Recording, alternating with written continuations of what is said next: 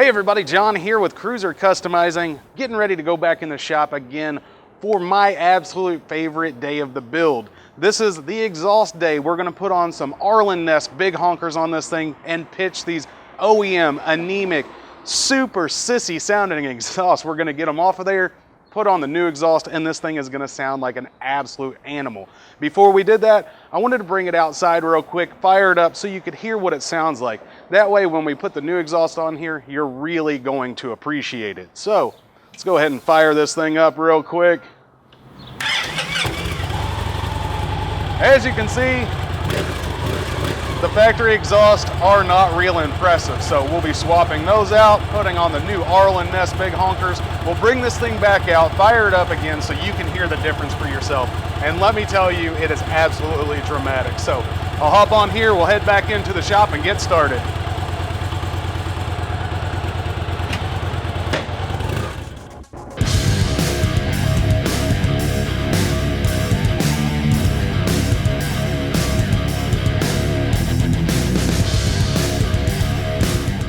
Before we can get access to the exhaust to swap them out, the first thing we need to do is remove the saddlebags. These are actually pretty easy. There's just a couple bolts right here on the inside. We'll go ahead and take those off and slide these saddlebags out of the way.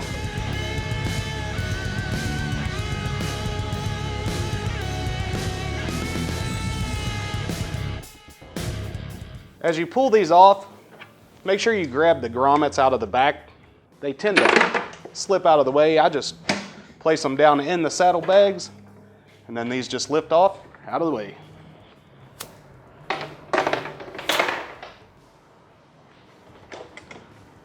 Now we can go ahead and do the same thing on the other side here.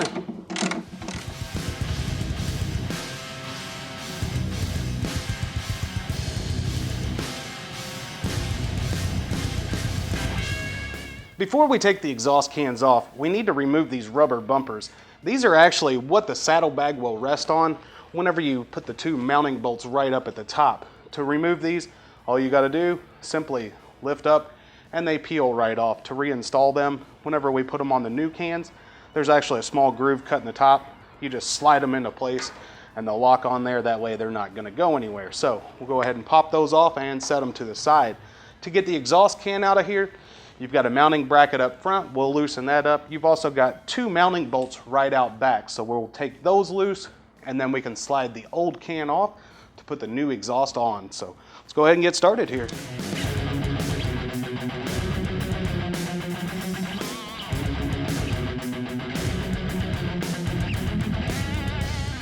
After you remove the bolts out of this back mounting bracket, just make sure you give this exhaust a little bit of support. You don't want it to just drop all of its weight on that head pipe, so once everything's loosened up, you can work this back and forth just a little bit. And you might have to twist the exhaust as you try to pull this thing out of here, but just gently work it back and forth. That way it's gonna slide right out. Before we reinstall our new exhaust, we also need to take the heat shield off of this factory can. This will be reused. Now these brackets, as you can see, these straps are pulled into place, bent over, and then crimped. You can't reuse those, but Arlen Ness does include some new mounting brackets, so we'll have to pry these apart, and then we'll probably use some snips to just cut them out of the way. So we'll set this down and go ahead and get started.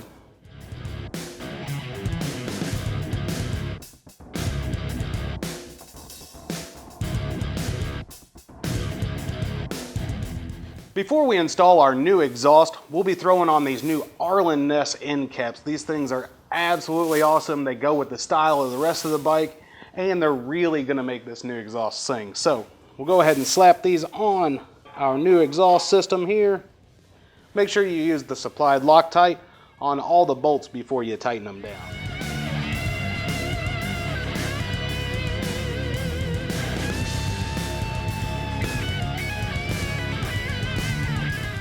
With the end cap on and tight, we can go ahead and throw the exhaust back on the bike. I'm not going to put the heat shield on yet because it can get banged up just a little bit during the install, so we'll leave that off. Since these clamps come all the way undone, we can actually put that on after the exhaust is installed back in place. So let's go ahead and throw this on the bike.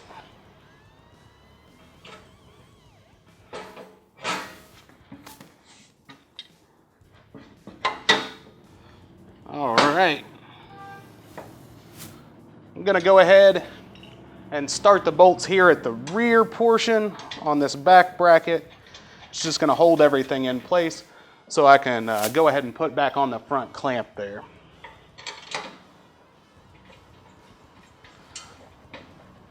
I'm gonna go ahead and leave that just a little bit loose. We'll torque it down as soon as we get this clamp on up front.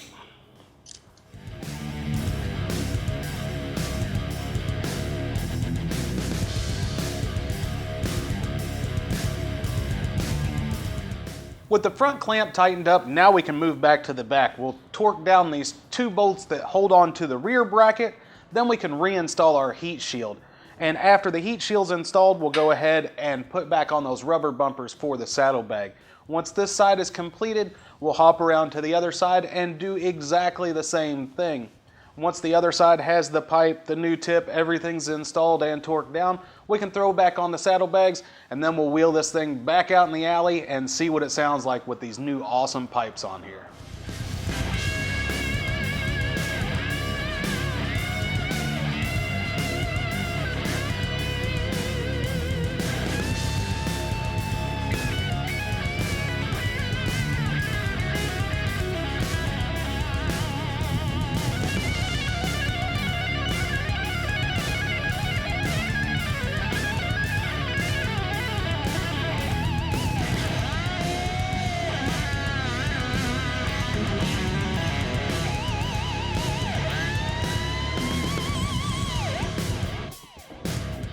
All right, everybody, we're all finished up with our 2016 Victory Cross Country project. As you can see, we've thrown pretty much the entire Arlen Ness catalog on this thing. Let's go ahead and do a quick recap before we fire this thing off. Starting up front, we've got 15-inch brake rotors. These things are 3 inches bigger than stock, and they're gonna give this thing some serious stopping power. Up at the top here, we've got this awesome touring style windshield. It's got a bit of a kick up to it, so it's gonna provide you with a better air pocket while you're cruising down the highway. To make you nice and comfortable while you're out on those long rides, we've got these adjustable handlebars. Not only can you adjust them for height, you can also change the pitch of the bars themselves. That angle is gonna take some pressure off of your wrist and just dial this thing in absolutely perfect for you. On the handlebars, we've also mounted the new Arlen Ness grips, which are extremely comfortable, and they have that same beveled edging like the rest of the components I'll show you in just a moment. Also, right up at the top of the handlebars, we've got these sweet looking blacked out teardrop mirrors. So that's gonna round us out up top. Moving down towards the bottom here, we've got all kinds of accessories that really clean up the look on this bike. We've got a beveled gas cap. On the other side, we've got a beveled ignition cover. Moving down the sides of the motor, we've got beveled engine covers along with these sweet looking floorboards. These things look so much cooler than the factory floorboards. Plus, we've got the beveled foot controls to match those on both sides as well. And not to leave the passenger out, we've also got some beveled passenger pegs on this thing as well. Right out back, we've got this machined license plate cover. It's a lot more heavy duty than the original equipment was. And we've also got these sweet LED turn signals. Not only are they smaller than stock, they're also a lot brighter. So that's gonna clean up the look of this bike, front to back. It looks absolutely awesome, and it also sounds awesome now. We've also got our new cans in place, so let's go ahead and fire this thing off and give them a listen.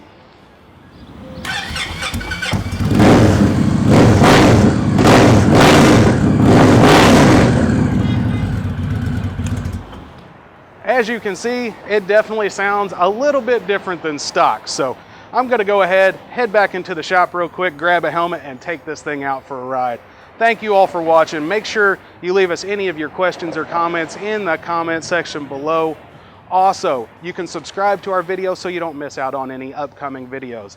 Just click on that icon down in the lower right-hand corner. So that'll wrap us up for today. Until next time, everybody, my name's John. Please ride safe.